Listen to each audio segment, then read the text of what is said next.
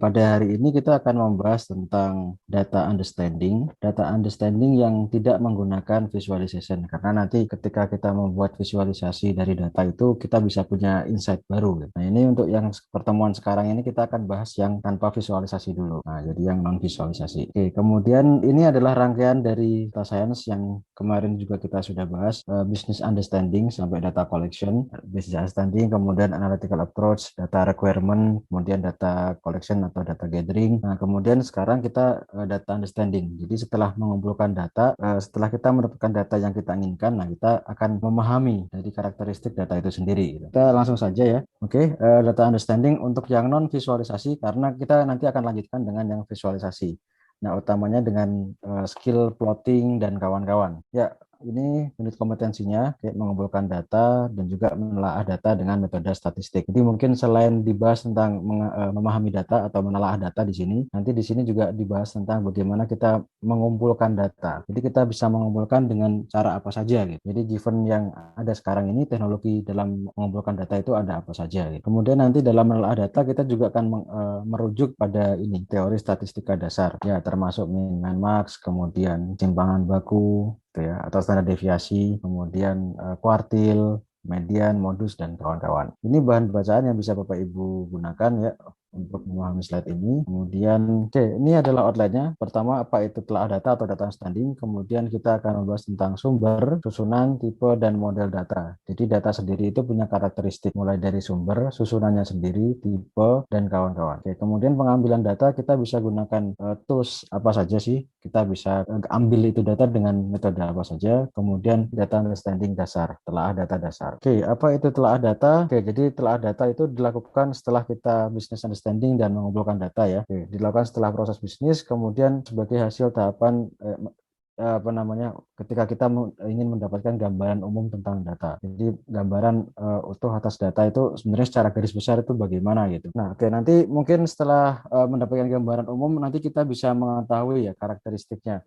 Oh, data ini ternyata sudah sesuai dengan business understanding-nya tadi dikerjakan atau belum? Sudah memenuhi kebutuhan atau belum? Kemudian dimulai dari jumlah recordnya, dimulai dari jenis atau formatnya, kemudian juga dilanjutkan dengan apakah banyak yang miss atau tidak dan kawan-kawan. Nah, setelah proses data understanding nanti akan dilanjutkan ke data preparation atau persiapan data. Data preparation ini penting dilakukan karena kita perlu memproses data agar bisa digunakan untuk modeling sesuai dengan permintaan si model sendiri. Ya, contohnya kemarin saya sampaikan ada data yang ada model yang membutuhkan data numerik, ada yang bisa kategorial, ada yang bisa teks, ada yang tidak. Nah, kemudian kalau misalnya di data understanding ini nanti kita rasa belum cukup ya, belum cukup memenuhi requirement dari business understanding sesuai case yang kita angkat atau yang kita akan solve. Nah, itu akan balik lagi ke business understanding. Jadi ini adalah bisa bekerja dengan loop gitu ya. Jadi business understanding ke data understanding, kemudian ke bisnis lagi dan seterusnya sampai dirasa cukup. Kemudian mengapa perlu data? Ya karena data memang adalah sesuatu yang paling berharga hari ini ya. Mungkin dulu-dulu yang berharga adalah software ya.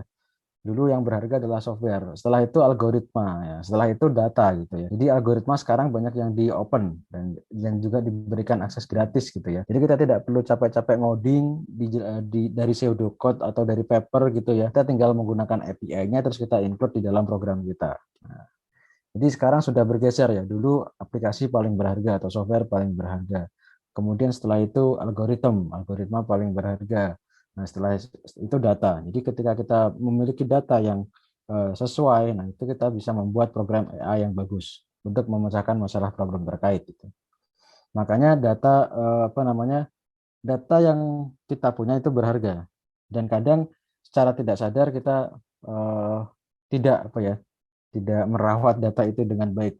Dalam artian kita punya misalnya di rumah sakit ya, ini cerita nyata. Di rumah sakit seperti RSCM misalnya atau di RSUI gitu ya. Di RSCM itu banyak sekali data record tentang pasien. Misalnya untuk radiologi ada banyak CT scan untuk pendarahan di kepala. Oke, datanya banyak gitu ya. Recordnya banyak, jumlah pasien yang periksa banyak, asal alat untuk scan-nya juga bagus, tapi tidak ada anotasi. Jadi tidak ada anotasi dari spesialis atau kardiologis, radiologis. Nah itu eh, area pendaharannya itu di sisi sini. Nah yang ada anotasinya itu sangat sedikit sekali. Mungkin hanya 5% dari keseluruhan data. Nah, itu kan kita apa ya, membiarkan sesuatu yang berharga itu istilahnya sedikit mubazir. Nah, coba kalau kita misalnya punya project untuk menganotasi data, nah kita bisa kelola data itu dan gunakan itu untuk banyak hal, terutama untuk penelitian. Oke, jadi data adalah bahan mentah solusi AI, kemudian belum tentu bisa dipakai. Data yang kita dapatkan dari lapangan itu belum tentu bisa dipakai. Terutama sekarang di era big data, itu ada V dari karakteristik big data, yaitu veracity. Jadi keterpercayaan data itu sekarang tidak bisa setinggi yang dulu ya. Apalagi data tentang opini, kemudian tentang tulisan di internet gitu. Oke, kalau mungkin kalau data yang sifatnya alamiah seperti logs, kemudian hasil scan kesehatan itu kan alami. Tapi kalau data yang dibuat dengan eh, intensi ya, suatu intensi, nah itu kan kadang diragukan keterpercayaannya atau diragukan kevalidannya. Gitu. Oke, karena ini ya, jadi belum tentu dapat dipakai langsung. Maksud dan tujuan data berbeda-beda, jadi belum tentu orang yang memproduksi data itu punya intensi yang sama dengan orang yang membuat AI. Contohnya tadi orang yang radiologis, ya kebutuhannya ya cuma scan pasien aja untuk nanti diperiksa sama dokter gitu. Jadi nggak ada intensi untuk membuat AI gitu ya. Taunya bahwa AI itu bisa dibuat dengan data itu ya setelahnya gitu. Kemudian, nah nanti baru biasanya ada project anotasi gitu ya. Kemudian ini data terpisah-pisah dan atau bisa terintegrasi secara ketat. Jadi kalau Bapak Ibu pernah melihat data kependudukan dengan polisi atau Polri gitu kan, itu kan kadang nggak match gitu ya, nggak sama recordnya. Nah itu sedikit apa ya, terpisah-pisah dan tidak terintegrated gitu. Tapi kalau misalnya di kampus sendiri biasanya kan sudah terintegrasi antara data di kemahasiswaan dengan di apa namanya, dengan di keuangan dan seterusnya, itu kan biasanya match gitu. Oke, kemudian richness-nya juga berbeda-beda, tingkat kekayaannya berbeda-beda. Jadi ada data yang memberikan informasi sangat detail, ada yang tidak gitu ya. Ya, contohnya kalau data di computer vision misalnya, kalau LiDAR itu kan bisa memberikan data secara 3D, tapi tidak begitu bagus resolusinya. Tapi kalau kamera atau CCTV tidak 3D tapi bisa memberikan resolusi yang lebih bagus gitu. Oke, kemudian tingkat keandalan atau reliability berbeda-beda. Oke, kadang ada data yang recordnya banyak yang hilang sehingga kita nggak bisa gunakan itu atau nggak reliable. Ada data yang sangat lengkap dan sangat bagus. Nah, oke. Jadi dengan data understanding kita bisa mendapatkan hal-hal berikut ya, memberikan gambaran awal tentang kekuatan data, kekurangan dan batasan penggunaan data, tingkat kesesuaian data dengan masalah bisnis yang diangkat atau yang ingin dipecahkan, kemudian ketersediaan data, apakah terbuka atau tertutup, biaya akses dan seterusnya. Mungkin sedikit cerita juga, banyak sekali open data di Indonesia, mohon maaf, open API di Indonesia. Misalnya pemerintah seperti instansi ATR BPN itu memberikan data tentang apa ya, zonasi zonasi perumahan gitu ya. Di sini zona zona kuning artinya boleh, di sana hijau berarti untuk penghijauan dan seterusnya.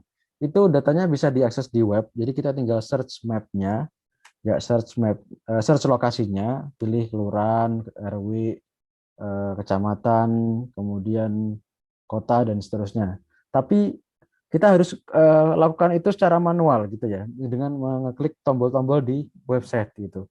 Nah, andai saja kita bisa gather itu dengan API kan lebih cepat gitu, dibanding kita harus mengklik satu-satu di setiap lokasi yang ingin kita kunjungi gitu. Nah, itu contohnya datanya terbuka, tapi aksesnya nggak enak gitu. Aksesnya itu kurang kurang fleksibel, jadi harus manual gitu. Nah, itu salah satu ketidaknyamanan gitu ya. Ketika datanya sudah open, tapi untuk gathernya itu harus dengan effort yang cukup berat. Oke, oke. Ini bagian-bagian proses telah data ya. Identifikasi titik sentuh data dengan proses bisnis, ya artinya yang eh, core lah ya, istilahnya core. Bahwa intinya data yang benar-benar titik untuk bisa menyelesaikan ke bisnis itu yang bagian mana, nah itu. Kemudian penentuan sumber data dan cara aksesnya tadi kurang lebih. Kemudian asesmen nilai tambah bisnis dari data. Jadi dengan data itu kita bisnisnya itu bisa punya value apa gitu. Contohnya ya kalau di e-commerce kita dengan cara mengetahui segmentasi customer, kita bisa memberikan rekomendasi atau bisa memberikan informasi kepada seller bahwa uh, prediksi penjualan kira kurang lebih untuk bulan depan atau tahun depan itu segini. Nah, oke, kemudian identifikasi sumber data tambahan untuk perbaikan. Nah, ini juga memberikan alternatif kalau nanti dibutuhkan data tambahan. Oke, ini pertama sumber, susunan, tipe, dan model data ya. Oke, kemudian dari sisi sumber kita bisa kategorikan menjadi dua, internal dan eksternal. Ya, internal itu kita bisa akses dari lokal komputer kita, misalnya spreadsheet atau Excel. Kemudian CSV, kurang lebih CSV ini sama seperti Excel ya. Cuman kalau Excel biasanya delimiternya titik koma atau titik dua, CSV pakai koma. Kemudian Excel punya apa namanya sheet ya, sheet 1, sheet 2. Nah, CSV cuma satu sheet. Oke, JSON ya itu bentuk eh, ya seperti XML gitu, tapi dia eh, ya seperti himpunan. Nah, jadi ini mungkin yang semi structure ya. Jadi kalau yang CSV sama Excel ini structured, nah kalau JSON ini semi structure. Harus diparsing menggunakan program agar bisa dibaca dengan enak gitu ya. Database kita bisa query dengan SQL. SQL-nya juga bisa di-query dari program seperti Python atau Java atau yang lain. Teks dokumen kalau kita mengumpulkan korpus untuk NLP misalnya ya, dikumpulkan dalam bentuk satu folder terus berisi beberapa subfolder, berisi teks dan seterusnya. Juga multimedia dokumen seperti koleksi audio atau video. Nah, ini kalau misalnya Bapak Ibu main computer vision atau signal processing, nah mungkin bertemu dengan data ini, audio dan video. Oke, kemudian kalau external data source ya kita bisa dapatkan dari external repository seperti Kaggle, OCI, dan kawan-kawan, atau public domain web page. Nah, ini juga menarik karena sekarang ada revolusi government ya, government 4.0 mungkin. Nah, itu juga pemerintah itu sebisa mungkin mengopen data. Nah, itu juga menarik. Nah, dulu-dulu mungkin kayak gini belum ada ya. 10 tahun yang lalu mungkin ini belum familiar dengan open data di government gitu ya. Nah, sekarang di banyak sekali data-data dari pemerintahan atau instansi terkait yang di open seperti BPS gitu ya, BPS dan lain-lain. Kemudian kalau Bapak Ibu pernah main ke websitenya pemerintah Kanada atau Australia atau mana gitu ya, itu biasanya mereka memberikan portal untuk open datanya pemerintah itu. Nggak harus pemerintah pusat, kadang pemerintah negara bagian atau provinsi atau kota itu juga membuat website terkait. Oke, ini untuk sumber data online-nya, ini dari portal satu data, data.go.id yang Bapak Ibu bisa gunakan untuk proyek akhir ya, seperti yang diinstruksikan. Ini untuk Jakarta, kemudian Bandung, BPS ya, Badan Pusat Statistik, BIG. Nah, ini yang juga sering saya kunjungi akhir-akhir ini. Badan Informasi Geospasial ini juga yang ditunjuk sebagai rujukan utama dalam membuat peta nasional gitu ya. Jadi nanti instansi-instansi pemerintah yang menggunakan Maps gitu harus merujuk ke Maps-nya BIG.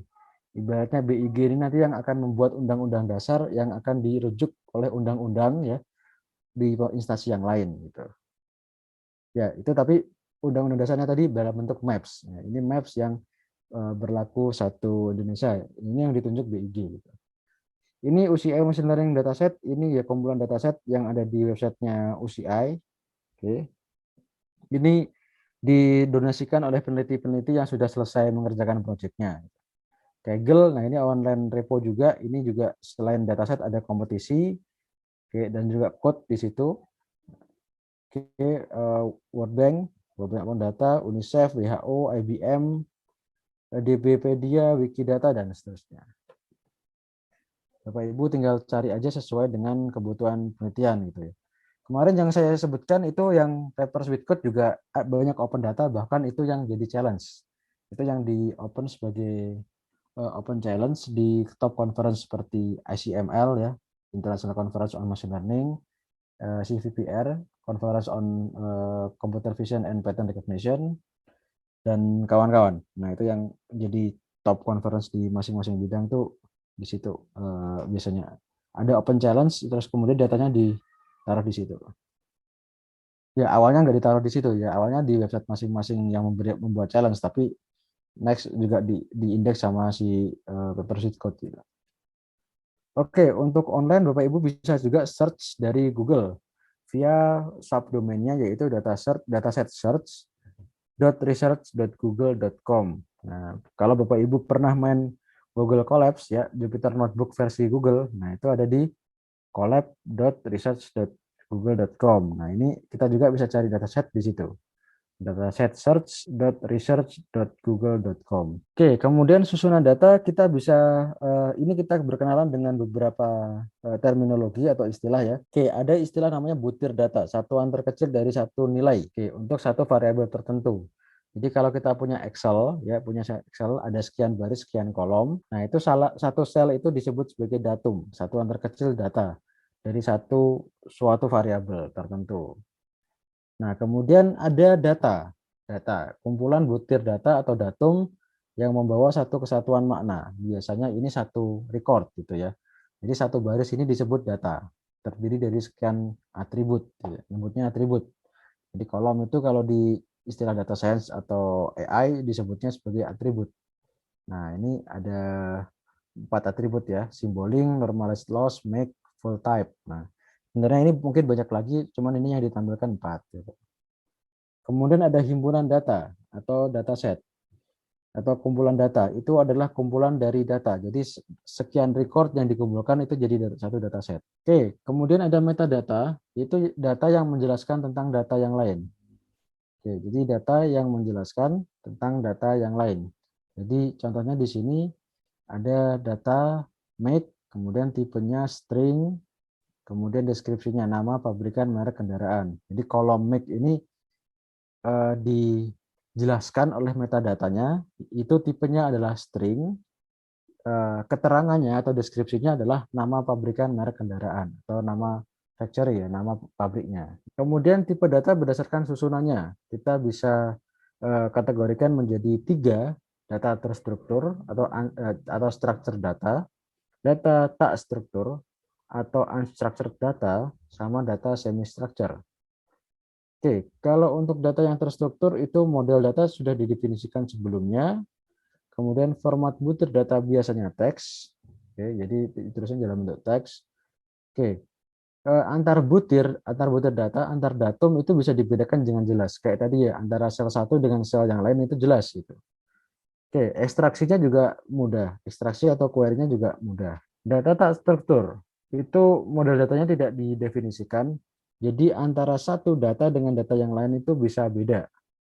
Misalnya satu record dengan record yang lain itu beda. Jadi misalnya kayak data orang ya, person gitu ya. Ada person yang atributnya nama, alamat, kemudian eh, jenis kelamin, pekerjaan gitu ya. Kemudian ada record lain, person itu isinya adalah definisi tentang person gitu. Person is bla bla bla bla bla bla. Nah, itu kan tidak terstruktur gitu. Oke, format butir data biasanya teks atau citra. Nah, citra, suara, video dan format yang lain. Antar butir data tidak cukup jelas terbedakan. Nah, misalnya kalau data video gitu ya, data video. Berarti kan satu video itu satu dataset. Berarti satu recordnya gimana? Apakah satu record itu 1 menit, apa 2 menit? Nah, itu agak susah. Satu datasetnya itu susah dibedakan. Nah, satu datumnya juga enggak jelas. Satu datum itu satu frame, apa satu pixel, apa satu pixel 3 channel. Nah, itu juga agak susah gitu. Oke, ekstraksi dan query-nya cukup sulit. Oke, nah contohnya adalah data teks dalam dokumen teks bebas, ya. Kemudian data audio dan data video. Kalau yang dari struktur, contohnya ya CSV, Excel, dan kawan-kawan. Gitu ya. Nah di tengah-tengah itu ada data semi structured ya. Jadi di tengah-tengah nggak terlalu unstructured tapi juga nggak serapi structure gitu ya. Nah biasanya punya teks ya penanda antara elemen dengan elemen yang lain. Ya, misalnya seperti JSON itu dikategorikan sebagai semi structure. Tidak bisa dikatakan structure karena tidak jelas gitu ya, agak susah membedakan satu datum dengan datum yang lain, membedakan satu data dengan datanya juga susah karena masing-masing punya atribut sendiri-sendiri. Nah, dikatakan tak structure, tapi sebenarnya bisa dibuat hierarki gitu ya. Misalnya ada parent, kemudian nanti punya berapa child, childnya punya berapa elemen, elemennya punya nilai apa. Nah, itu bisa dibuat susunannya begitu. Nah, ini dari tipe datanya, kemudian tipe butir data. Oke, ini tadi tipe data, ini tipe butir data. Jadi setiap nilainya itu kita bisa juga kategorikan ya. Ada nominal atau kategorikal, kemudian ada ordinal, ada interval, ada rasio. Oke, kita bisa lihat masing-masing kategori datum ini atau butir data ini dari beberapa kategori sifat ya. Oke, yang pertama himpunan asalnya. Kalau yang kategorial ya diskrit, tidak terurut. Jadi seperti hujan, cerah. Nah, itu kan nggak jelas mana yang duluan gitu ya. Diskrit karena ya kita bisa count gitu ya. Ordinal itu diskrit terurut. Misalnya nilai ini, nilai mahasiswa A, B, C, D, E. Diskrit karena setelah A, B jadi jelas ya countable. Kemudian setelah itu tidak setelah itu ada urutan ya. Jadi A itu lebih baik dari B, B lebih baik dari C, C lebih baik dari D dan seterusnya. Kemudian interval. Nah, ini continue atau numerik terurut. Oke, perbedaan menunjukkan selisih. Contohnya suhu dalam derajat Celcius, tanggal dalam kalender tertentu. Ya, jadi nilainya apa namanya? Continue, numerik tapi terurut gitu ya. Oke. Kemudian ada rasio. Ini mirip seperti interval tapi dia nilainya menunjukkan rasio terhadap kuantitas atau satuan unit di jenis yang sama. Oke, panjang jalan, suhu dalam Kelvin. Oke. Kemudian ukuran data menyatakan apa? Kalau di nominal atau kadekal menyatakan membership ya, warna atau cuaca. Oke. Kemudian kalau di ordinal itu membership dan comparison. Ya, selain membership ya, dia masuk yang mana A atau B atau C atau D itu juga secara tidak langsung sudah mengcompare bahwa B itu lebih buruk dari A. Gitu. B lebih baik dari C tapi lebih buruk dari A. Oke, interval kita juga bisa nyatakan sebagai membership juga, comparison juga, artinya satu kurang dari dua gitu ya. Kemudian juga bisa bisa dikatakan bisa hitung difference-nya. Perbedaan antara satu dan dua itu berapa itu kelihatan. Oke. Nah, setelah itu rasio, selain tiga tadi ada magnitude ya. Ada magnitude. Oke. Untuk operasinya, untuk operasi matematikanya kalau yang di kategorial itu cuman bisa sama dengan tidak sama dengan ya. Sama dengan A atau sama dengan B atau dan seterusnya. Kalau di ordinal itu bisa di-compare ya, antara A dan B bisa di-compare, selain bisa sama dengan dan tidak sama dengan. Nah, kalau di apa namanya? Interval selain sama dengan tidak sama dengan dan compare A dan B itu bisa dioperasikan aritmetik plus minus gitu. Jadi ya dari dua dikurangi satu satu gitu ya. Bisa ditambah juga. Oke, untuk di ini, untuk di rasio selain plus minus juga bisa dikali dan dibagi gitu. Oke, kemudian dari sisi representasi nilai tipikal. Ya. Oke, kemudian nilai tipikalnya kalau di nominal di kategorial ya modus. Mana sih nilai yang paling sering muncul ya itu yang jadi tipikalnya gitu. Kemudian kalau di ordinal atau yang tadi ABCD ya selain modus ada median, nilai tengahnya. Oke, kemudian kalau di interval ya selain modus median ada rata aritmetis atau mean gitu ya. Mean. Oke, kemudian kalau di rasio ada modus, median, rata aritmetik, rata geometrik, kemudian rata harmonik. Nah, oke, untuk sebaran kalau di kategorial tadi grouping, kita cuma grouping aja ya, masuk ke kategori yang mana. Kalau di ordinal kita bisa grouping, kemudian range antar kuartil. Oke, di interval sama juga bisa sampai antar kuartil, bisa juga kita cari variansinya karena tadi bisa kita cari arah aritmetiknya ya, dan juga standar deviasi. Oke. Kemudian di rasio ini juga selain sampai simpangan baku atau standar deviasi ada koefisien variasi. Oke. Nah, mungkin yang sering saya temui adalah tiga yang di depan ini. Mungkin yang rasio ini agak susah ya. Kita susah agak jarang memprofil yang ini gitu ya. Oke, kemudian nah ini memiliki nol sejati yang menyatakan nilai mutlak terbawah. Nah, Kalau di ini tidak ada yang tiga awal. Jadi tidak ada nilai yang paling bawah tuh nggak ada. Mutlak yang paling bawah tuh nggak ada di dalam range itu. Ordinal juga demikian ya. Kita bisa selalu membuat kategori lagi yang mungkin bisa diurutkan lebih bawah daripada kategori sebelumnya.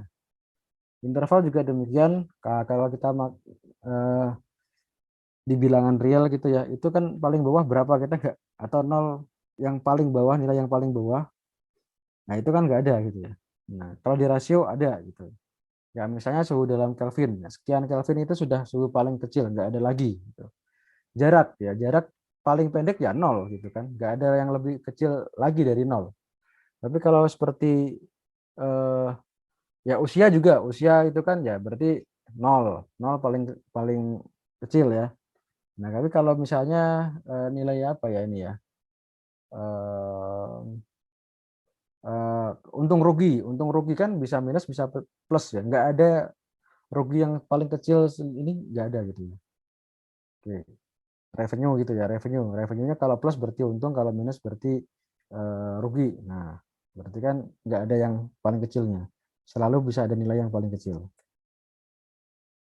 Oke, kemudian contoh model data tabular ini Bapak Ibu mungkin sudah pernah lihat ya di data sebelumnya yang dicoba. Ya ada beberapa kolom, oke, ada sekian baris. Nah, baris itu disebut record. Jadi baris itu nyebut istilah saintifiknya record. Nah, kolom istilah ininya atribut, istilah istilah saintifiknya atribut. Jadi biasanya dinyatakan data terdiri dari n record dan d atribut. Nah, berarti ada n baris dan d kolom. Oke, nah ini record itu baris, data point, instance, example, transaksi, tuple, entitas, objek, vektor, fitur, dan seterusnya. Itu ya, yang dinyatakan dalam baris itu ya, banyak ini. Atribut ya, ada yang nyebut kolom, ada yang nyebut atribut, ada yang nyebut field, ada yang dimensi, ada yang fitur. Gitu. Oke, oke. Kemudian atribut yang sama untuk setiap record biasanya diasumsikan memiliki tipe butir data yang sama. Oke. Oke, jadi satu kolom biasanya itu tipenya sama. Jadi ya tipe normalized loss ini berarti tipenya dari record 0 sampai record kesekian itu sama. Sama make juga gitu. Tipenya sama. String ya string semua. Ini kalau floating ya floating semua gitu. Oke. Nah, kemudian di sini kita untuk strukturnya bisa kita gunakan Excel atau kita bisa gunakan dalam SQL gitu ya, database. Nah, tipe sorry, kemudian model data yang kedua adalah graf atau jejaring ya. Jadi datanya tidak disimpan dalam tabular seperti ini yang mudah dibaca seperti ini, tapi dalam bentuk graf yang mana ketika kita melihat itu ada nodes dan juga ada edge gitu ya. Yang bulat-bulat ini nodes atau simpul yang menghubungkan antar simpul disebut edge ya, atau koneksi antar simpul. Ya, node sama edge saja gitu ya. Kemudian satu nodes biasanya mewakili satu record, kemudian kita bisa mengekspresikan relasi antar record secara eksplisit. Misalnya di sini ya, John Lee Kerr, dia wrote title Tinker Tailor Soldier Spy. Graham Grease dia menulis Our Man in Havana. Oke. Nah, ini ada orang namanya Ian, ya Ian membeli buku ini, Our Man in Havana gitu ya. Oke. Kemudian di sini Alan, ada orang namanya Alan, dia membeli buku Tinker Tailor Soldier Spy. Oke. Oke, kemudian ya ini ya, termasuk kalau kita punya data berupa hierarki seperti tree hierarki gitu ya, itu termasuk dalam model graph. Kemudian termasuk dalam objek kalau kita main di OOP programming terus kita menyimpan semua objeknya, yang mana satu objek bisa merefer objek yang lain ya. Satu objek biasanya memiliki atribut dari objek lain atau has a relasi di Java-nya biasanya nyebutnya. Nah, itu juga dikatakan sebagai graph gitu ya. Oke, ini yang modern ada namanya RDF, Resource Description Framework. Mungkin Bapak Ibu yang pernah bermain dengan semantic web, ya pasti ketemu dengan format data RDF seperti ini. Ya kurang lebih menyatakan relasi graf seperti ini. Oke, oke. Contoh yang lain adalah sequence ya. Jadi tersusun dari record-record yang terhubung secara sekuensial. Tuh.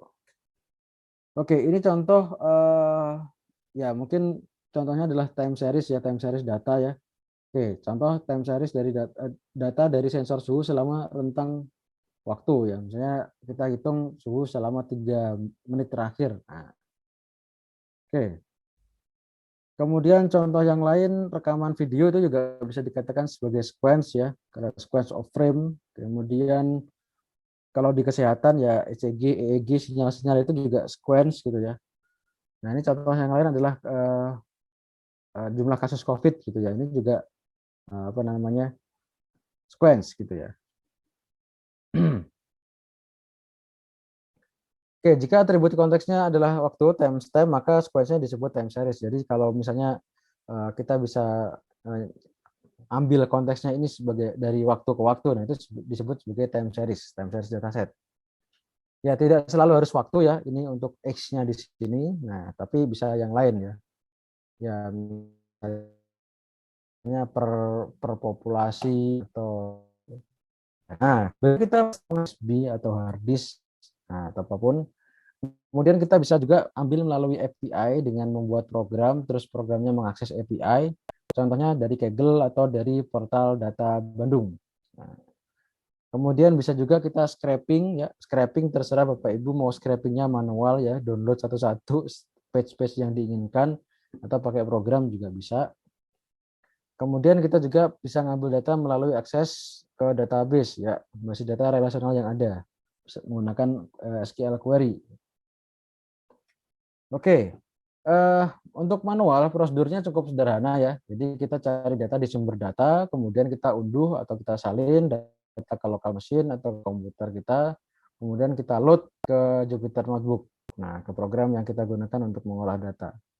Oke, nah kita bisa unduh atau salin ya, ya kita bisa download. Kalau datanya sudah ada, tinggal download atau kita bisa copy USB atau hard disk kalau datanya offline.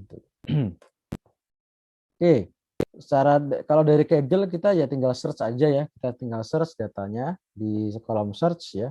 Goal dataset top 5 European League misalnya. Nah, ketemu ya. Kemudian setelah itu kita klik ya. Nah, tapi mungkin untuk akses ini kita butuh akses dulu, kita butuh login dulu ya. Kita butuh bikin akun dulu atau login dulu misalnya pakai akun Google dan seterusnya. Kemudian setelah itu kita kunjungi repositorinya, dataset yang kita targetkan tadi, kemudian kita lihat ya. Di sini ada sekian dataset. Nah, ini Bundesliga ya, Jerman ya, La Liga, Spanyol, Ligue 1 ini Prancis ya Prancis ya. Kemudian Serie A ini Itali. Nah, ini untuk Premier League, berkelas Premier League. Nah, itu punya Inggris gitu ya. Oke, silakan di-download nanti kalau misalnya pengen nyoba gitu ya. Kemudian nah, setelah itu kita bisa analisis di program. Oke, berikutnya pengambilan data melalui API. Nah, API itu kepanjangan dari, singkatan dari Application Programming Interface. Mungkin saya sudah pernah menyampaikan ya di pertemuan sebelumnya. Jadi kalau kita ya mengakses website itu interaksi antara human to machine. Ada mesin di server yang membuat yang render program web gitu ya, web apps. Kemudian kita sebagai user mengaksesnya. Jadi interaksinya adalah human to machine. Nah, API ini adalah interface atau cara komunikasi antara mesin to mesin, antara program dengan program, antara komputer dengan komputer gitu. Nah, artinya dengan API kita bisa menggather dataset, kita bisa mengumpulkan dataset itu otomatis dengan menjalankan program itu aja. Gitu ya. Kita bikin scriptnya, taran. Nah, dia nanti akan mengumpulkan sendiri itu. API dari siapa yang kita bisa targetkan? Di antaranya ini Kaggle juga dia menyediakan API. Oke, mungkin kita dibutuhkan untuk membuat token atau key ya. Ini terkait dengan akun. Nah, untuk autentikasi. Ini common ya, ini hal yang lumrah dilakukan. Jadi dulu pernah saya juga crawling Twitter data ya, tweets terbaru di Twitter. pakai Twitter API itu juga disuruh membuat token dan key. Nah, di antara Kaggle, di antara yang lain selain Kaggle yaitu Twitter sama Facebook ya. Facebook belum pernah saya nyoba, tapi kalau yang Twitter saya pernah nyoba. Oke, ya biasanya ini nanti ada websitenya atau guidance-nya ya, misalnya di developer.twitter atau developer. Yang lain gitu ya. Ada dokumentasinya. Oke, kurang lebih ini prosesnya buat API, token atau key di layanan websitenya, kemudian kita akses ya, akses layanan data dengan API call ya, kita buat program, terus kita masukkan token dan key-nya, kemudian kita tembakkan ke API-nya, ke link ya, link URL-nya. Kemudian kita cari dataset yang diperlukan. Kadang nyarinya ini apa namanya sudah waktu nembak API itu biasanya kita sudah target ya, dataset yang kita cari itu namanya apa atau keywordnya apa gitu. Nah, setelah itu kita bisa load dataset ke modul pengolahan data. Jadi biasanya ketika kita nembak API itu udah spesifik, kita mau nyari dengan keyword apa gitu. Contohnya kalau di Twitter gitu kita disuruh misalnya masukin user Twitter yang ingin kita lihat tweetnya, atau juga kadang by hashtag, jadi nembak hashtag tertentu gitu. Nah, nanti setelah itu download datanya, nanti kalau sudah selesai baru di load ke program yang digunakan untuk analisis. Nah, ini untuk di API dari Kaggle kita bisa install dengan pip install Kaggle. Ini bisa dilakukan juga via terminal atau command prompt. Nah, nanti library dari Kaggle akan terinstall di komputer kita. Nah, setelah itu kita bisa gunakan library-nya untuk membuat program Python untuk menembak dataset di Kaggle, untuk download dataset di Kaggle. Oke, di sini prosedurnya ya, kita disuruh bikin akun. Kalau punya akun nanti di sini create new API token. Nah, oke, kemudian setelah itu kita akan mengunduh file Kaggle.json ya ke folder download kita. Oke. Oke, setelah itu kita gunakan ke workspace ya, ke folder. Oke. Nah, kemudian kita bisa apa namanya ambil dataset dari Kaggle dengan komen tadi. Oke, dengan komen dari Kaggle. Komen dari Kaggle ada beberapa ya, Kaggle competition, Kaggle datasets, Kaggle kernels, Kaggle configs. Nah ini ada sub komennya, list, files, download, submit. Untuk yang competition. Kalau yang dataset ada list, files, download, create, version, init. Nah, ya ini untuk melihat listnya, file untuk filenya, download untuk download, dan seterusnya. Nanti bisa dilihat di dokumentasinya. Oke, untuk dokumentasinya Bapak Ibu bisa lihat di sini github.com Kaggle/Kaggle API. Nah, kalau kita mau download kita tinggal Kaggle dataset. Nah, ini kan Kaggle dataset. Oke. Oke, Kaggle dataset list min s keyword. Keywordnya apa misalnya ya. Oke. Oke. Nah, ini contohnya Kaggle dataset list min s ya. Goal leaks. Nah, di sini ada apa namanya? beberapa dataset ya sesuai dengan keyword tadi ya. Keywordnya tadi adalah goal leaks. Nah, di sini ada 1, 2, 3, 4, 5 dan mungkin lebih ya. Nah, kalau kita inginkan sebenarnya ini Google dataset top 5 European leaks ya, kita nanti yang ditembak ini API-nya S harian sekian di level Google dataset top 5 European leaks. Nah, setelah itu kita download ya. Tadi kan melihat listnya ya. List ya, Kaggle dataset list. Nah, di sini Kaggle dataset download. Download datasetnya. Nah, yang di-download ya sesuai nama aslinya tadi. Kalau ini kan title ya. Nah, kalau di sini apa namanya? Nama aslinya gitu ya. Oke. Kemudian biasanya dalam bentuk zip ya. Jadi di downloadnya dalam bentuk zip. Ini kalau Bapak Ibu lihat ya, nanti di download dalam bentuk zip.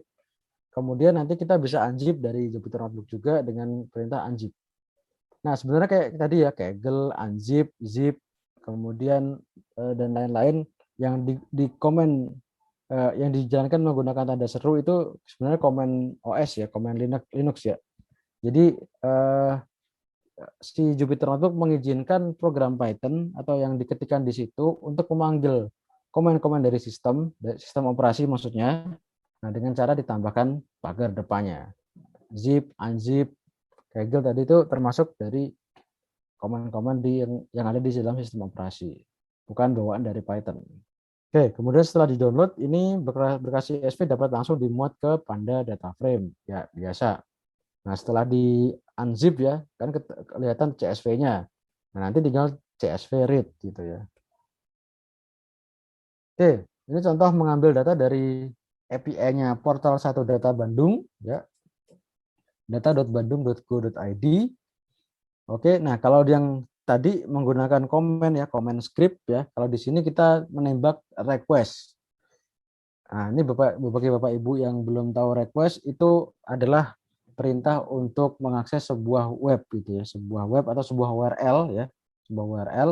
Biasanya itu dilakukan secara tersirat, secara di belakang layar oleh browser. Jadi browser itu kalau ngambil halaman itu akan get ya, akan request mengirimkan request ke web server di mana website yang kita tuju itu di deploy. Nah, jadi kurang lebih caranya seperti itu ya. HTTP request gitu ya, request atau ya nggak harus HTTP. Oke. Nah, di sini dimasukkan URL-nya, misalnya data Bandung Go ID API 3 action package list. Nah, di sini nanti setelah itu kita bisa dapatkan respons atau tadi ya balasan dari request tadi dalam bentuk JSON. Nah, dalam bentuk JSON. Sedikit berbeda kalau tadi kan langsung enak gitu ya. Jadi ada visualnya, kelihatan mudah dibaca gitu ya. Kalau ini kan susah dibaca ya. Nah, ini makanya butuh diparsing dulu. Nah, ini butuh diparsing dulu agar lebih mudah untuk dibaca. Meskipun dari sini kita juga bacanya agak sebenarnya dikit-dikit bisa gitu ya. 10 kasus besar 10 besar penyakit rawat jalan RSKA Kota Bandung dan seterusnya. Oke, akreditasi sekolah dasar. Nah, ini semua elemen ini ya. Ada kesehatan, ada pendidikan, oke, alamat ya, ada masalah ini ya, alamat-alamat dan seterusnya. Oke, nah, kemudian setelah itu kita bisa juga request tadi ya. Kalau tadi cuma request terus lihat listnya aja. Nah, ini request dengan ditambahkan parameter. Parameternya adalah keywordnya ya. Keywordnya sekolah dasar. Nah, jadi yang kita ingin targetkan dari data bandung.co.id itu data-data terkait dengan sekolah dasar. Gitu. Nah, ini akreditasi sekolah dasar. Nah, pokoknya yang mengandung sekolah dasar gitu. Ya, ya. Nah ini oke, kalau ini enggak ya. Kalau yang tadi sekolah dasar, nah kalau ini keywordnya ada sekolah dasar.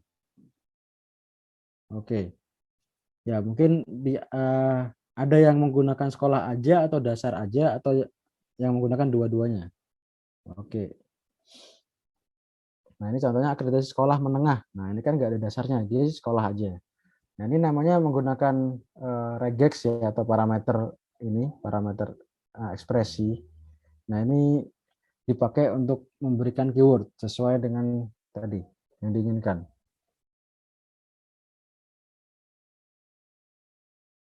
Oke. Oke, kemudian di sini misalnya eh, di request ya. Oke. Di request untuk satu satu dasar tertentu ini jumlah guru SD negeri di Kota Bandung berdasarkan sekolah. Ini sudah jelas. Setelah tadi mendapatkan list, di sini langsung ditembak nama ininya ya, nama datasetnya, jumlah guru dan kawan-kawan. Nah, setelah itu ya jadi langsung mengakses dataset ini. Oke, dan kalau sekarang nembaknya bukannya rilis ya, berarti ke dataset langsung nanti di sini harusnya dapat isi dataset ini gitu. Oke. Oke, nah ini sorry, bukan dapat isinya ya, dapat CSV-nya. Oke, dapat CSV-nya. Nah, Bapak Ibu setelah dapat CSV-nya bisa dibuka dan dianalisis seperti Cara yang lain ya menggunakan Panda ya, Panda read CSV. Oke. Oke, berikutnya menggunakan web scraping. Web scraping itu mengumpulkan halaman web ya dengan program ya.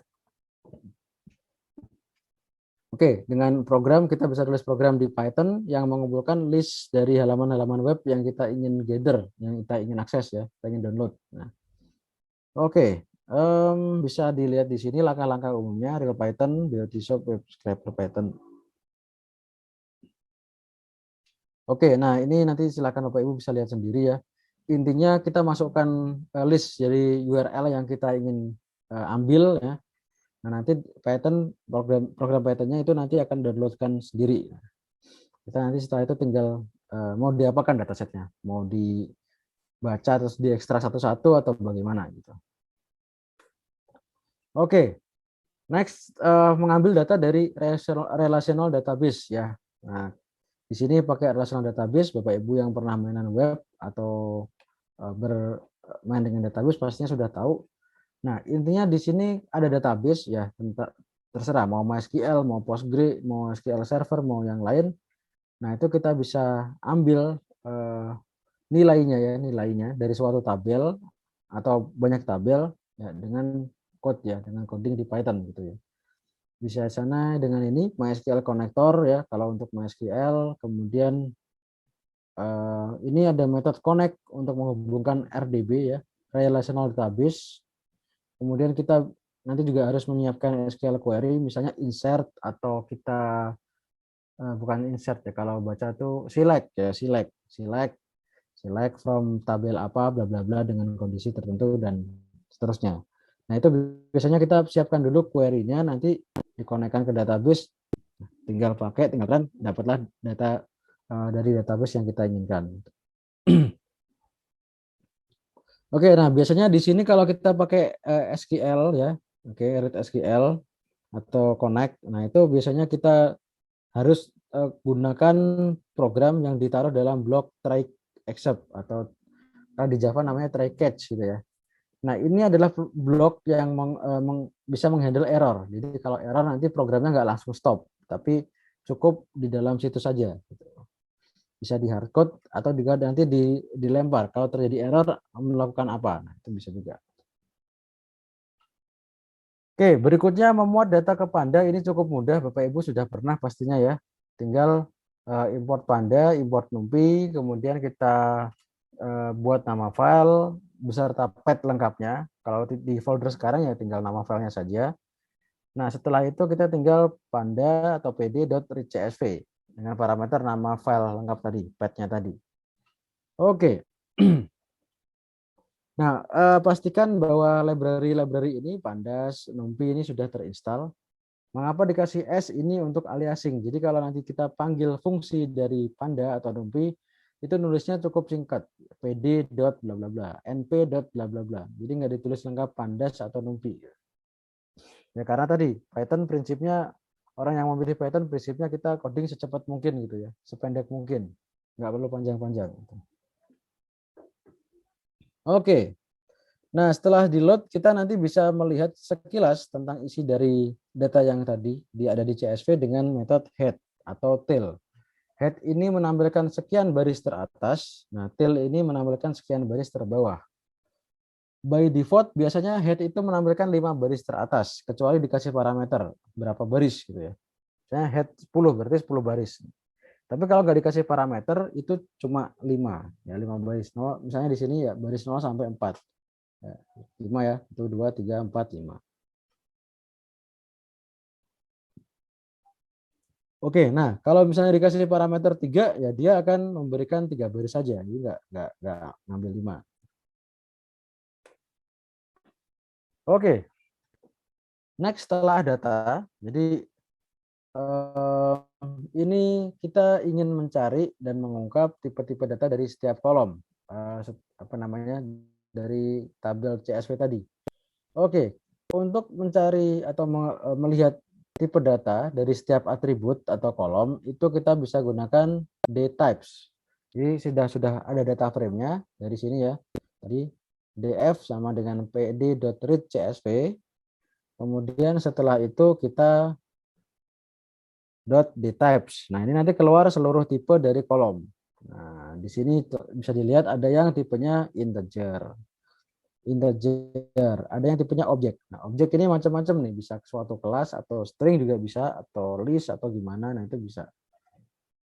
Kemudian ada float dan lain-lain. Oke, ini jadi tipe setiap kolom kita bisa lihat dengan dtypes. Mudah kan? Oke, kemudian di sini kita juga bisa melihat lokasi di suatu baris, suatu kolom. Nah, dengan fungsi ilog, df.ilog. Nah, contoh di sini ya, ini kan df_noid sama dengan df.ilog bla bla bla, koma 2 bla bla bla. Kemudian dilihat df_noid isinya apa gitu ya. Nah, di sini Bapak Ibu bisa lihat ya. Oke, di sini ya ada koma ya. Ya, yang depan ini menyatakan baris berapa saja, yang belakang menyatakan kolom berapa saja. Nah, ini kursor saya terlihat nggak ini kursor saya?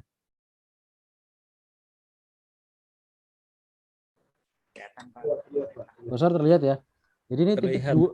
titik dua yang di depan ini menyatakan semua baris. Nah, ini menyatakan semua baris. Nah, yang belakang ini menyatakan sekian kolom. Nah, kolomnya kok 2.2. Nah, berarti dari kolom kedua sampai selesai, sampai seluruhnya. Nah, oke, jadi ini artinya kita mengambil seluruh baris, ya, titik 2 ini seluruh baris. Nah, kolomnya 2.2, berarti 2 sampai selesai. 2 sampai semuanya, sampai terakhir. Nah, kalau misalnya dia di sini ya 2.24, berarti saya mengambil kolom 2 sampai 4. Oke. Bukan 2, 3, 4, tapi cuma 2, 3. Karena yang belakang itu nggak dihitung. Nah, kalau di sini saya kasih 2.210, berarti 2, 3, 4, 5, 6, 7, 8, 9. Jadi apa namanya? 10-nya nggak dihitung. Nah, itu. Oke, kemudian tadi setelah kita apa namanya ambil ya kolom kedua sampai terakhir di variabel df_noid gitu ya. Nah, berikutnya itu kita bisa lihat deskripsinya. Nah, deskripsinya di sini dengan metode .describe di sini menyatakan statistik dari setiap kolom. Nah, statistiknya apa saja? Count, jumlah record, jumlah baris ya. Tentu saja semua kolom barisnya sama ya, karena tabular tadi. Kemudian nilai mean atau rata-rata.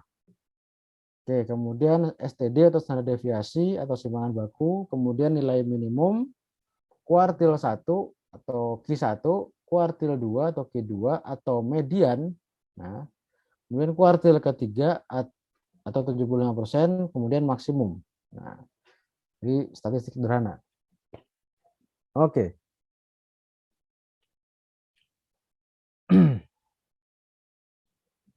Nah, dari sini Bapak Ibu bisa melihat ya.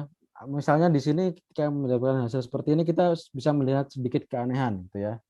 Misalnya di sini asis gitu ya, minimal 0, 25%-nya 0 ya, Q1-nya 0, Q2-nya 0, Q3-nya 25, maksnya 14. Oke, jadi kan kok 0 semua gitu. Ini misalnya red cards, ya, red cards minimalnya 0, Q1 0, 5% 0, 0 ya, 0.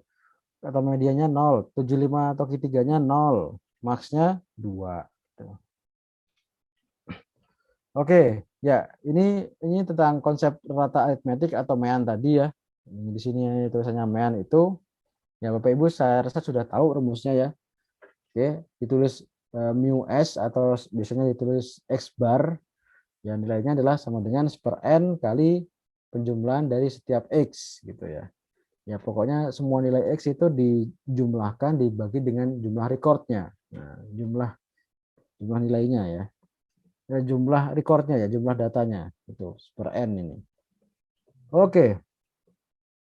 Nah, ini yang biasanya sering kita gunakan ya, terutama kalau menggunakan statistical approach ya pasti ketemu ini.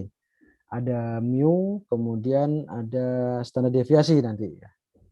Oke. Oke, kemudian ini menyatakan apa sih sebenarnya? Arti dari mean sendiri itu menyatakan suatu ukuran pusat data. Ya, pusat data atau tendensi sentral. yang kita bisa pakai untuk data bertipe interval dan rasio.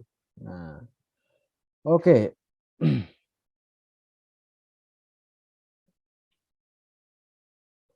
Oke, sifatnya total jarak setiap bilangan XI terhadap rata aritmetik X bar adalah 0. Jadi kalau jarak setiap data itu dikumpulkan semua terhadap X bar atau terhadap rata-rata tadi, itu totalnya 0. Gitu. Jadi yang di kiri jaraknya dikumpulkan semua, ditambah dengan jarak yang di kanan ditambahkan semua, itu dikumpulkan 0. Gitu. Oke. Oke, kemudian ini mean ini juga berarti kita bisa gunakan sebagai bilangan yang mewakili keseluruhan kumpulan. Jadi seluruh kumpulan satu-satu sampel itu bisa kita diwakili oleh mean sepanjang ini catatannya, sepanjang distribusinya itu balance atau tidak skew. Ya, tidak bersifat skew atau asimetris. Berarti distribusinya itu balance antara kiri dengan kanan itu balance. Jadi kalau normal distribution kayak gunung itu antara yang di kiri yang di kanan itu balance. Kalau sedikit miring ke kiri ya teman ke kanan itu sudah mulai skew. Nanti kalau misalnya agak bengkok lagi, agak nggak tegak lagi, nah itu mulai ada kurtosis. Nah itu di topik statistik sepertinya banyak pembahasannya. Oke, next kesimbangan baku ya, standar deviasi ya. Ini menyatakan sebaran data. Oke. Dipakai untuk data bertipe interval dan rasio ya, dua tipe yang terakhir. Oke, nilai simpangan baku jika nilainya itu besar berarti secara umum data itu tersebar jauh dari rata-rata, jadi dari tengah ya, dari nilai rata-rata aritmetik tadi, dari mean. Tapi kalau simpangan bakunya kecil ya berarti terpusat ya, terkumpul di sekitar nilai rata tadi. Oke. Oke, contoh penggunaannya pada pengukuran berulang dengan suatu instrumen yang sama, jika simpangan bakunya itu nilainya besar, berarti presisi pengukurannya rendah. Jadi kalau kita ngukur sesuatu dengan instrumen yang sama, kok nilainya itu simpangan bakunya itu tinggi, ya besar, ya berarti berarti presisinya rendah. Berarti istilahnya konsistensi untuk tepat itu susah gitu atau rendah gitu. Oke, next median dan kuartil ya, Q1, Q2, Q3 ya, ini nilai kuartil pertama itu 25% ya dari keseluruhan data. Jadi artinya 25% data bernilai lebih kecil dari dia. Nah, kalau Q2 berarti 50 berarti ya separuhnya. Kalau 3 75% berarti 75%-nya gitu. Oke, ini bisa dipakai untuk ordinal, interval, dan rasio. Nah, Bapak Ibu saya rasa sudah khatam lah ya statistik ini. Nah, ini yang digunakan tadi ya, describe ya. Oke, oke. Ada count, unique Q, top, frekuensi. Nah, kita bisa gunakan frekuensi juga ya. Nilai unik dalam kolom. Mean, STD, min, 25, 50, 75, max. Nah, Q1, Q2, Q3, max. Oke, konsep modus, nilai yang paling sering muncul di sekumpulan data. Oke. Oke, dipakai ketika sebagai ukuran pusat data atau tendensi sentral untuk data bertipe nominal atau kategorial. Nah, jadi kalau ini masuk akal nih kalau modus itu dipakai di kategorial gitu. Oke. Oke, tidak dijamin dalam satu distribusi data atau dataset itu tadi bisa lebih dari satu modus dalam satu distribusi. Jadi biasanya bisa juga modusnya itu nggak cuma satu. Misalnya seperti ini, himpunan 1, 2, 2, 3, 4, 4, 7, 8. Modusnya itu 2 dan 4. Jadi dua data itu memang sering muncul. Paling sering muncul. Oke.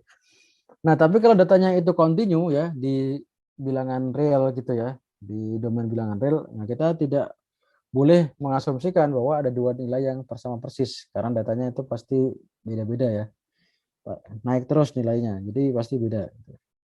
Oke, oke, pendekatannya kita bisa lakukan diskritisasi ya, kita kumpulkan dalam satu range. Nah, itu dikumpulkan dalam satu nilai. Misalnya dari 0 ke 1 itu semuanya dijadikan nilai 1. Nah, dari 1 ke 2 semuanya nilainya dijadikan satu nilai 2. Nah, oke, itu bisa dilakukan discretization. Nah, bisa nanti akan dibahas di modul preparation. Oke, pendekatan yang lain kita bisa gunakan kernel density estimation, tidak dibahas di sini. Ya, mungkin dibahas di topiknya machine learning gitu ya. Oke. Oke, ini fungsi aritmetik dalam Panda ada count ya, ada count jumlah, oke, sum, jumlah value, min ya.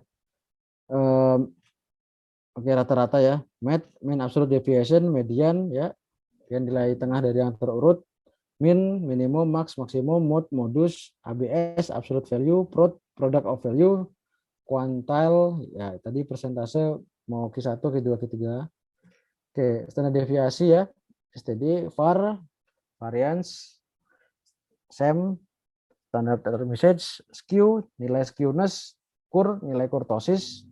Nah, ini dua ini kalau digabungkan itu nanti distribusinya bisa nggak balance dan miring. Sum, kumulatif sum, kumprod, kumulatif produk, kumax, kumulatif maksimum, kumin, kumulatif minimum. Oke, contoh fungsi statistik ya di setiap kolom yang applicable. Ya ini tentunya yang applicable ya. Kalau yang nggak applicable nggak bisa. Contohnya tadi ya. Oke, kita tadi punya player ya. Ada namanya player name tipenya objek. Nah, ketika dicari rata-rata nggak bisa gitu ya. Dia ada atribut atau kolom tipe, namanya adalah player name, ya, nama pemain bolanya. Itu tipenya adalah string atau ini ya, objek lah ya tadi dideteksinya. Itu kalau kita main kita rata-rata nggak bisa. Rata-rata dari Harry Kane tambah Muhammad Salah tambah Romelu Lukaku tambah Pogba itu berapa kan nggak bisa gitu ya. Tapi kalau di sum masih bisa. Nah, di sini di sum masih bisa. Harry Kane, Muhammad Salah, Bruno Fernandes, Son Heung-min. Nah, itu bisa di sum. Jadi kalau di main di rata-rata nggak bisa. Oke. Kemudian position di sini juga position kalau di rata-rata gimana gitu ya. Nggak bisa FM, SM, SF di rata nggak bisa. Di main nggak keluar. Kalau di sum masih keluar. Tim title juga. Kalau di kita rata-rata tim title ada Tottenham, ada Liverpool, ada Manchester United. Nah itu kalau di rata-rata yang mana? Nggak bisa. Tapi kalau di tim title di sum dijumlahkan bisa. Nah, dijumlahkan aja namanya gitu. Oke dan seterusnya dan seterusnya. Oke, next untuk mencari median kita tinggal ketik dot median, untuk mencari standar deviasi tinggal dot std, untuk mencari kuantile entah 25, 50, 75 bisa dengan dot quantile. Oke, kemudian kita bisa menentukan pencilan atau istilahnya outliers ya, outliers di dalam dataset yang kita punya dengan menggunakan ini Three Sigma Rule. Nah, jadi kita cari di bahwa ini ya, kita XI itu adalah pencilan atau outlier ketika nilainya dia itu di bawah mu S atau rata-rata dikurangi 2 kali standar deviasi atau dia nilainya lebih besar dari rata-rata ditambah 2 kali standar deviasi. Nah, jadi 2 min standar rata-rata min 2 kali standar deviasi sama rata-rata plus 2 kali standar deviasi. Nah, kalau tidak ada di dalam range itu berarti dia outliers. Oke. Nah, peluang bahwa data berjarak ke rata lebih jauh 2 kali simpangan baku adalah 4,55. Oke. Nah, kalau kita pakai 3 kali ya, kita pakai 3 kali standar deviasi itu peluangnya adalah 0,27%. Nah, oke, kekurangannya di sini ada beberapa. Yang pertama, asumsi distribusi normal padahal belum tentu. Jadi saya lebih sering mendapatkan yang nggak normal atau ya istilahnya yang skew, yang kiri sama kanan itu nggak balance ya. Kemudian rata dan simpangan baku dipengaruhi nilai pencilan itu sendiri. Nah, jadi tadi waktu ngitung rata-rata, rata-rata itu tadi dihitung berdasarkan outliers tadi. Jadi outliersnya masih ikut memberikan kontribusi dalam menghitung mean. Nah, oleh sebab itu kalau kita mau mencari outliers berdasarkan mean, ya agak lucu juga gitu ya. Oke, kemudian susah dideteksi ya, tidak dapat dideteksi ketika jumlah datanya itu small. Jadi jumlah sampelnya kecil. Oke, cara lain untuk menentukan outliers adalah dengan menggunakan Tukis fence ya, memakai rentang antar kuartil. Oke, ini dicari dengan menggunakan variabel namanya IQR, oke, interquartile range itu adalah Q3 dikurangi Q1. Nilai Q3 dikurangi Q1. Nah, nanti suatu sampel itu dicari pencilan dengan menggunakan formula ini.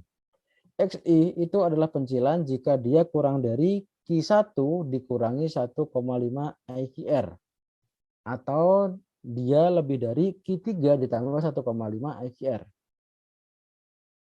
Nah, dia itu dikatakan pencilan ekstrim, ya, nggak cuma pencilan aja, pencilan ekstrim jika nilainya dia di bawah Q1 min 3 IQR, kalau tadi kan 1,5 ya, atau lebih dari Q3 plus 3 IQR. Nah, jadi yang satunya 1,5, yang satunya 3 dikali dengan IQR. IQR tadi Q3 min Q1. Nah, oke. Ya, mungkin metode-metode lain juga bisa lebih baik visualisasi misalnya ya. Group test, Dickson Key test, algoritma expectation maximization, jarak KNN, local outlier factor, dan kawan-kawan. Ini masih banyak yang Bapak Ibu bisa explore. Nah, ini adalah contoh program dari Tukis Fence. Nah, tadi ngitung dulu IQR. Nah, terus tadi ya ISO. Ini outliers ya, outlier yang standar ya. Instance standard outlier, outliernya yang biasa aja. Nah, jadi dia dicek apakah nilainya itu di bawah Q1 min 1,5 IQR atau di atas Q3 plus 1,5 IQR. Jika iya, maka dia adalah pencilan atau outliers. Nah, ini ISO ini is outlier. Nah, kalau ISO is extreme outlier. Nah, berikutnya dicari apakah dia extreme outliers. Nah, caranya dengan tadi ya. Kalau nilainya dia di bawah Q1 min 3 kali IQR atau nilai dia itu lebih dari Q3 ditambah 3 IQR, maka dia adalah outliers ya. Oke, kemudian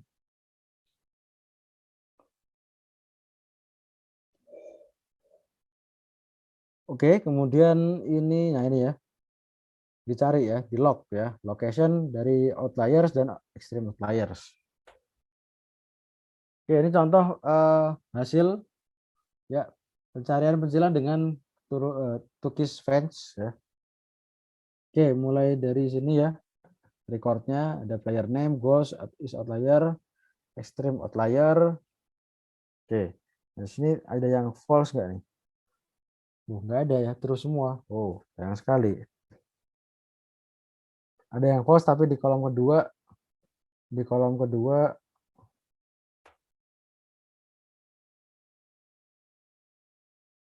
oke, di kolom kedua untuk yang dari ini ya. Oke.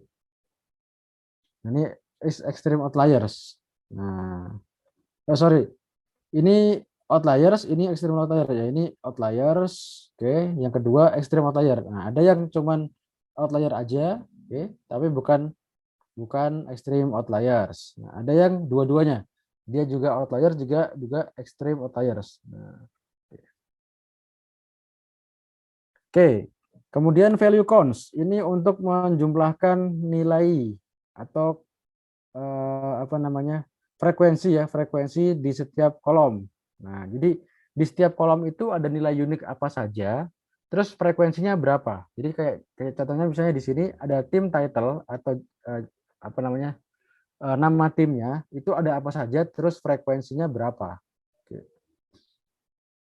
Oke, ada West Brom Albion 28, Everton 28, Fulham muncul 27 kali, Wolverhampton Wanderers muncul 27 kali, dan seterusnya.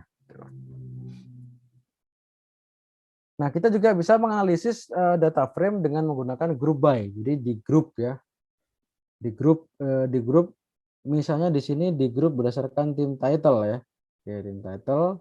Oke, kemudian di sini yang di grup kan nilainya adalah goals-nya ya. Jadi yang kanan ini nilai goals. Goals, standar deviasi dan mean-nya. Nah, ini rata-rata goal di grup by team titles ya.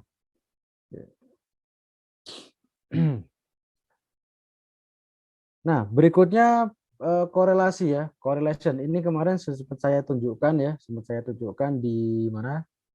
Di Jupyter Notebook. Kita bisa punya data frame, kemudian kita cari korelasinya ya. Karena kalau di print begini jadinya. Tapi kita juga bisa visualisasi dalam bentuk heat map di Seaborn ya, di visualisasi modul Seaborn. Itu bisa jadi heat map yang lebih representatif atau langsung kelihatan gitu. Nah, by default sebenarnya apa namanya? Core atau correlation itu pokoknya mencari korelasi antar kolom. Nah, jadi di sini oke. Oke, ini contoh ya. Di sini kita memilih log ya, location titik 2 semua baris. Di sini ada kolomnya games titik 2, berarti dari game sampai selesai. Nah, game dan seterusnya. Game, time, goals, XG, assist, XA, shots, key pass, yellow card, red card, dan seterusnya sampai selesai. Nah, nanti masing-masing kolom ini dicari korelasi dengan kolom yang lain. Nah, jadi terbentuklah matriks 2 dimensi, yang mana nilai XY di sini adalah korelasi antar baris X, kolom Y gitu misalnya. Oke, jadi di sini korelasi antara apa namanya, satu kolom dengan dirinya sendiri pasti satu. Nah, satu. Oke. Jadi time dan games punya relasi yang kuat 0,9 sekian. Nah, oke, nilai terbaik satu ya, nilai terbaik satu, nilai terburuk min satu kalau nggak salah. Oke, mungkin begitu dulu Bapak Ibu untuk materinya. Ini ada contoh sebenarnya yang sudah ada di LMS juga. Bapak Ibu bisa lihat ini contoh sederhana untuk oke, ada contoh untuk melatih untuk data understanding. Jadi Bapak Ibu bisa lihat ya di sini deskripsi statistik ini contoh ya automobile EDA. Oke, Bapak Ibu bisa download dataset dan code-nya di mana di LMS Kominfo ya. Oke. Ini head ya, ini head berarti dia ngambil 5 baris teratas ya 0 sampai 4. Oke, ini install Seaborn ya. Oke, kemudian di sini di dtypes ini berarti melihat tipe kolom dari dataset tersebut atau tipe atribut dari dataset tersebut. Kemudian di sini dicari correlation ya, correlation. Oke, kemudian di sini analisis deskripsi statistik, describe. Oke. Nah, ini include object ya, berarti semuanya di-include-kan. Oke. Value count ya, ini di dalam kolom drive bills ada nilai apa saja dan frekuensinya berapa. Ada FWD 118 frekuensinya, ada RWD 75. Ini FWD ya, ada 4WD 8. Dan seterusnya ini berikutnya oke sama ya.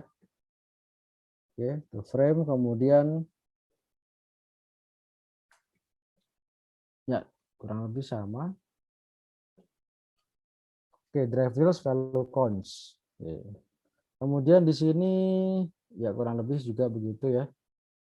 Nah, ini yang lain Bapak Ibu bisa kerjakan sendiri, coba-coba dengan slide tadi atau manual gitu ya. Nah, oke, berikutnya untuk di Kaggle misalnya di sini tadi Bapak Ibu bisa lihat ya. Ya tinggal di search aja dengan ini. Oke, ini bisa jadi di search di sini. Oke. Nanti kalau sudah tinggal diklik aja. Nah, ini tadi top 5 European League. Berikutnya mungkin saya ingin menyampaikan tugas Bapak Ibu untuk hari ini ya. Oke. Saya copy ke chat ya Bapak Ibu untuk tugas pertemuan ke-6. Oke. Nah, tugasnya ada 2 ya, tugas 1, tugas 2. Nah, terkait dengan data understanding dan ini sudah diberikan link. Tugas hariannya yang di folder RAR itu Pak ya? Apa saya share di grup aja? Boleh, boleh, Di boleh. LMS ya? Boleh. Yang sebentar. Ini sama kayak yang saya post nggak? Coba. Oke, ini tugas sebentar. Saya post ulang aja ya. Jadi nanti juga mungkin Mas Terry bisa forward ke grup Telegram. Tugasnya ada dua. Ini kayak tadi saya kopas semuanya nggak bisa. Ada batasan karakternya mungkin untuk dicek. Oke, ya. Jadi sampai data understanding ada dua tugas. Tugas satu melakukan pengambilan data pada Kaggle secara menggunakan tahapan-tahapan yang sudah ada di slide. Perlu melakukan download dua dataset bebas. Nah, menggunakan tahapan-tahapan tersebut. Screenshot terminal termasuk Kaggle.json. Oke. Dan folder data dimasukkan ke dalam dokumen yang dikumpulkan. Nah, file name-nya tugas 61 ID peserta bla bla bla. Oke. Tugas 2 buat file IPNB untuk dapat melakukan data understanding berikut ya. Buat tabel list top 5 customer nilai transaksi paling banyak. Oke, list of 5 gas station yang memiliki nilai transaksi paling banyak. 3 top list top 5 jenis produk memiliki transaksi paling banyak. Kemudian deskripsi statistik dan seterusnya. Oke. Kemudian datasetnya berarti itu dataset yang itu tadi ya, car dataset ya. Oke. Jadi buka aja di linknya. Oke, datasetnya. Oh, itu sampel data. Sampel data. Oke. Oh, datasetnya ada 4. Oke, Bapak Ibu, sebentar saya share lagi ya. Oke, ini tadi yang tugas 2 ada di LinkedIn ya. Kok LinkedIn apa? GitHub, ada di GitHub ya. CCS, ini datanya ada 4. Nah, oke. Ada customers, ada gas station, ada produk, ada sampel. Nah, Bapak Ibu cukup ikuti instruksinya saja dan sesuaikan kebutuhan datasetnya yang mana. Oke, mungkin sampai sini dulu untuk materi hari ini. Bapak Ibu ada pertanyaan? Anwar, Ya, coba bertanya. yuk. Tadi dibahas mengenai data understanding, tapi sebelumnya kan berkaitan dengan business understanding ya Pak. Ya, betul. Kemarin kita sudah menentukan beberapa permasalahan yang ingin kita angkat, cuma nanti berkaitan dengan data understanding nih Pak. Ya, Kasus betul. pertama ini tentang oral cancer, kasus kedua ini tentang penjadwalan mahasiswa yang akan menjalankan tes klinik, kemudian beasiswa KIP kuliah, kemudian kasus kondisi gigi siswa SD di Jakarta, dan kasus yang akan, maksudnya yang menjadi pilihan kita itu tindakan klinis. Nah, di sini ada beberapa yang ingin saya tanyakan, yang di grup pernah saya coba tanyakan Pak, yaitu berkaitan dengan oral cancer Pak. Nah, berkaitan dengan oral cancer ini kemarin Bapak sudah mengangkat mengenai data citra image ya Pak, Ya, yang bisa diakses di laman Science Direct ya. ya. Nah, jika misalkan datanya belum ada Pak, untuk proses trainingnya itu gimana Pak? Nah, itu pentingnya mengumpulkan data atau data. Oh, gitu. Nah, itu mesti kan di metodologi data science kan setelah analytical approach, data requirement, terus data gathering atau data Ya. collection. Nah, itu Bapak Ibu mengumpulkan data set kriteria dari uh, tugas tugas akhir gitu. Iya. Nah, kalau tidak salah dulu saya sampaikan di sesi awal-awal bahwa datanya itu harus memenuhi kriteria tertentu. Nah, jadi salah satunya adalah diambil dari data.go.id atau misalnya data dari tempat Bapak Ibu bekerja, nah, atau instansi terkait gitu kan. Ya. Nah, tentu saja kalau yang saya share kemarin di grup Telegram itu contoh saja. Jadi Ya. mungkin bentuknya seperti itu, tapi source-nya dari dalam negeri atau Oke. dari tempat Bapak Ibu. Nah, kurang lebih kayak gitu. Iya Pak. Ada lagi Pak, ini berkaitan dengan penyusunan jadwal mahasiswa ini, apakah masuk ke data science atau enggak Pak? Misalkan penyusunan jadwal dengan algoritma genetika gitu. Itu masuk ke data science nggak ya? Eh, jadi permasalahannya dulu apa? Permasalahannya dulu. Jadi misalnya Masalah gini, ya. apakah sering terjadi kelasnya bentrok Iya, atau itu dia. ruangan bentrok atau Konsistennya tinggi. Agak lama juga, sekitar 1,5 bulan, satu setengah bulan dalam menyusun nah jadwal. Itu masuk ke ini enggak? Data science. masuk permasalahan. Masuk. Jadi ya kan dimulai dari masalah kan. Masalahnya misalnya kelasnya kita susah mengatur jadwal bentrok. Hmm. Nah, atau misalnya pembagian jumlah jam per hari untuk setiap dosen itu atau setiap guru itu tidak rata. Nah, itu kan jadi masalah juga gitu kan.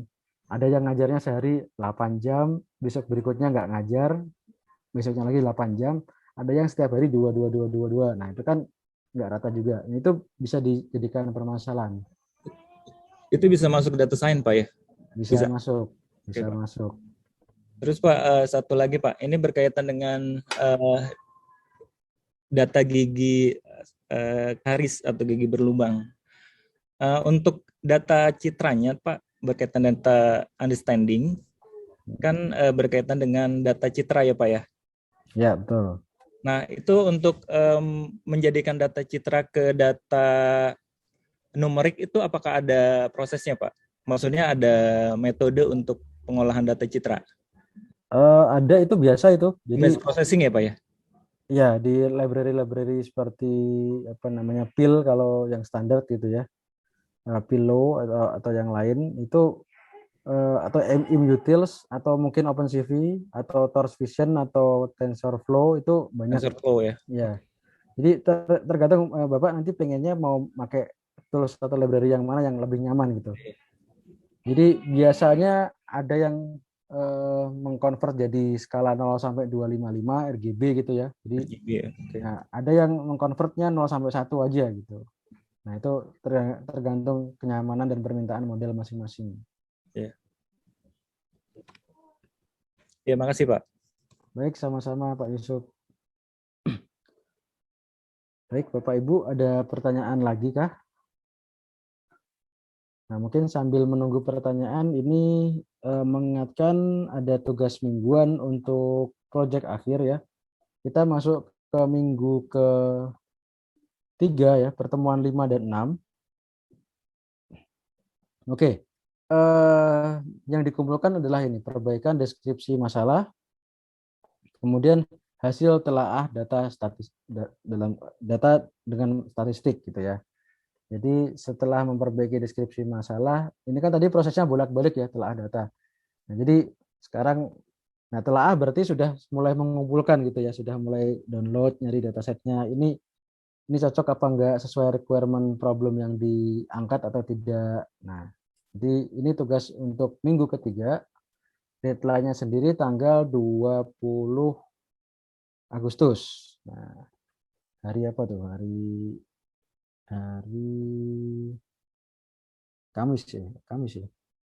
Jumat, hari Jumat. Hari Jumat tanggal 20 Agustus.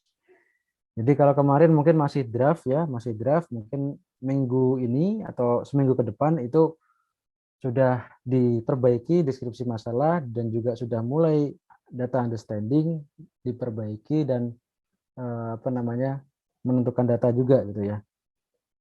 Ditelaah apakah sudah cocok, kalau belum cari lagi dan seterusnya.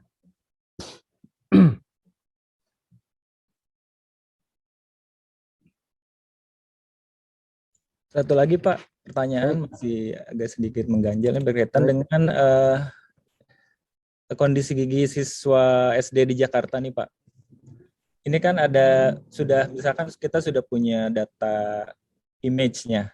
Ya, Nah, itu yang akan diangkat permasalahannya kira-kira apa ya Pak?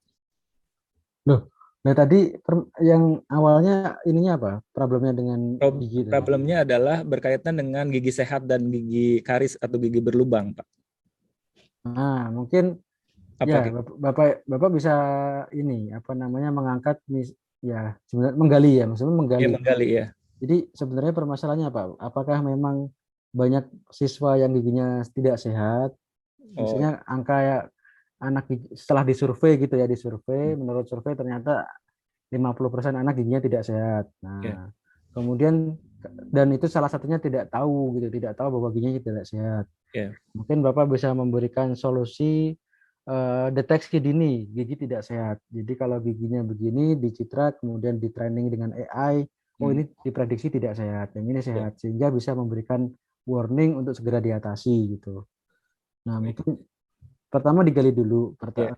problemnya di mana. Kalau misalnya gigi tidak sehat itu karena adanya sesuatu gejala lah yang bisa diamati dari citra. Ya. Nah, oke, nah keberhasilannya tadi kita bisa mendeteksi dengan akurasi berapa persen untuk gigi sehat dan tidak sehat, terus bisa memberikan warning dini kepada siswa. Ya, itu nanti digali dulu aja gitu. Pak Anwar, untuk yang menentukan bahwa misalkan gigi sehat, misalkan sekian persen gigi tidak sehat, itu pakar ya Pak ya?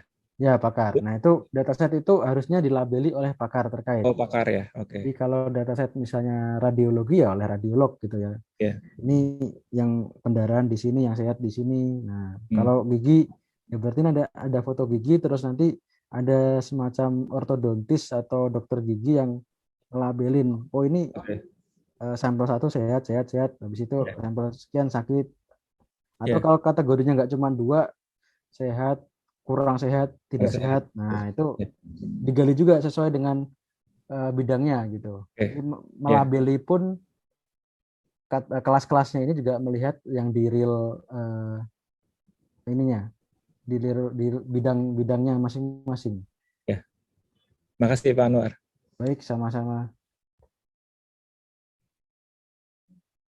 Baik, Bapak Ibu, ada pertanyaan lagi? Pak Anwar, saya boleh melanjutkan pertanyaan saya dari kelompok K05 ini bersama dengan Pak Yusuf. Tadi terkait dengan dataset yang gigi karies itu, kalau misalnya dari foto itu misalnya diperlukan berapa foto ya Pak ya untuk dataset trainingnya ini? Nah, seperti yang saya sampaikan sebelumnya, sebenarnya tidak ada jumlah maksimal atau minimal yang berlaku. Kalau dari teori statistik hanya 30 data, misalnya per kategori gitu ya. Sampel minimal ada 30. Tapi apakah 30 itu sudah mewakili seluruh populasi kan juga tidak gitu. Makanya datanya semakin banyak semakin bagus. Nah, mungkin sebagai contoh, kalau di dataset yang open challenge seperti yang di Papers with Code itu jumlahnya puluhan ribu. Nah, tapi kalau di UCI Machine Learning ada juga yang instance-nya itu masih ratusan sampai ribuan. Nah, jadi apa namanya? Sebisa mungkin sebanyak mungkin saja, Bu. Jadi nggak usah ini. Kalau bisa 30 lah, itu minimal sudah paling minimal. Tapi kalau lebih banyak ya harusnya itu yang lebih bagus gitu. Karena begini, seperti yang saya sampaikan, ketika kita punya 30 data, nah ketika 30-nya diprediksi dengan benar, akurasinya 100. Ketika kita kurang 3, itu sudah kurang 10%, turun 90%. Salah tebak di 3 instance atau 3 sampel, turunnya 10%. Gitu. Nah, kalau kita punya data 1000, ya 1000, betul semua, diprediksi semua 100%. Kalau salah 3 masih 99,9 sekian persen gitu kan ya. Nah, itu nanti gunanya untuk memilih atau membandingkan metode. Jadi kalau ketika metodenya itu hanya beda satu sampel dan datasetnya kecil, itu nanti selisihnya seakan-akan terlihat jauh. Jadi misalnya kita membandingkan metode A, misalnya random forest sama decision tree sama MLP, multi personal sama deep learning gitu ya. Ternyata cuman beda 3 sampel gitu ya, 3 sampel. Yang ada yang 100 ada yang semuanya benar, ada yang salah 3. Nah, kalau dataset kita 30 ya berarti kan seakan-akan beda 10% gitu kan. Padahal kalau kita lihat di dalam apa namanya di dalam angka gitu, antara 90 ke 100% itu kan jauh. Bedanya kan 10%. Tapi karena dataset kita kecil, itu cuman karena salah tebak 3 sampel gitu. Nah, oleh sebab itu dataset yang banyak itu lebih baik dan saya rasa diperlukan. Boleh bertanya lagi Pak, berarti kalau misalnya terkait dengan foto ini, apakah foto itu misalnya, ini kan dari subjek yang berbeda-beda ya, dari manusia yang berbeda-beda. Apakah posisi fotonya itu harus sama atau mesin ini atau komputer itu bisa diajari untuk mengenali struktur gigi dengan struktur gusi, misalnya seperti itu? Ataukah ini memang harus bentuk fotonya misalnya di posisi yang sama ya gitu? Nah, ini terkait dengan aplikasi di lapangan, Bu. Jadi kalau aplikasi di lapangan itu sudah ada alatnya ketika moto sudah langsung dari depan, ya sudah, berarti diambil kayak di lapangan aja gitu, dari depan aja. Tapi kalau di lapangan itu dilihatnya pakai mata ortodontis atau dokter gigi yang bisa dari kiri kanan, ya berarti seharusnya AI-nya juga diajari melihat dari kiri kanan gitu. Jadi Berarti pakai pixel ya Pak? Berapa ya, kali berapa gitu? nah itu sebenarnya nggak begitu masalah. Oh, nggak begitu masalah. Semakin besar pixelnya semakin bagus. Toh kalau Bapak Ibu main di image classification, biasanya image-nya akan tetap di resize ke dalam bentuk yang seragam. Misalnya 128 kali 128, 512 kali 512. Kadang ada yang kecil juga, 32 kali 32 pixel gitu. Nah, itu tergantung kekuatan komputasi, memori PC-nya, waktu yang dibutuhkan untuk training, jumlah sampel dan seterusnya. Jadi itu nanti mungkin hal teknis berikutnya gitu. Bapak, satu lagi pertanyaannya, ini kan mungkin terkait karena ini subjeknya adalah data dari institusi ya Pak ya. Ya. Sedangkan kita kan ini bekerja juga dalam institusi Kominfo gitu. Ini maksudnya nanti terakhirnya itu seperti apa ya Pak ya? Misalnya kayak hak cipta atau kekayaan intelijensi atau nanti publikasi gitu. Maksudnya supaya kita clear di depan, jadi nggak ada konflik itu di akhirnya. Kalau masalah itu saya rasa untuk publikasi Bapak Ibu tetap membawa institusi masing-masing ya. Kalau saya menangkap sampai saat ini ya. Toh ini juga sebagai exercise. Kalau dari Kominfo memang mintanya delivery-nya dalam aplikasi. Jadi Bapak Ibu bisa membuat aplikasi yang bisa misalnya tadi ya memprediksi ini nanti sakit gigi atau sakit atau tidak atau sehat atau setengah sakit. Nah, kemudian masalah hak cipta sepertinya tidak dibahas. Sepertinya Bapak Ibu boleh mendaftarkan hak cipta sesuai dengan nama dan institusi masing-masing gitu. Kalau dari Kominfo nggak ada permintaan hak cipta, ya. Cuman diminta untuk berlatih membuat prototipe aplikasi untuk bisa dipakai di lapangan. Gitu. Pak Anwar berarti sampai proses deployment ya Pak? Ya betul. Kalau melihat requirement di mana tuh di deskripsi tugas akhir itu sampai selesai jadi aplikasi gitu. Bebas berarti ya, web based atau mobile atau bebas. Iya. Bebas. Ya, terima kasih Pak Anwar. Baik, sama-sama Ibu Masita. Terima kasih Pak Anwar. Sama-sama. Baik, Bapak Ibu, ada pertanyaan lagi? Baik, kalau tidak ada, mungkin sudah lebih ya waktunya dan sudah malam juga.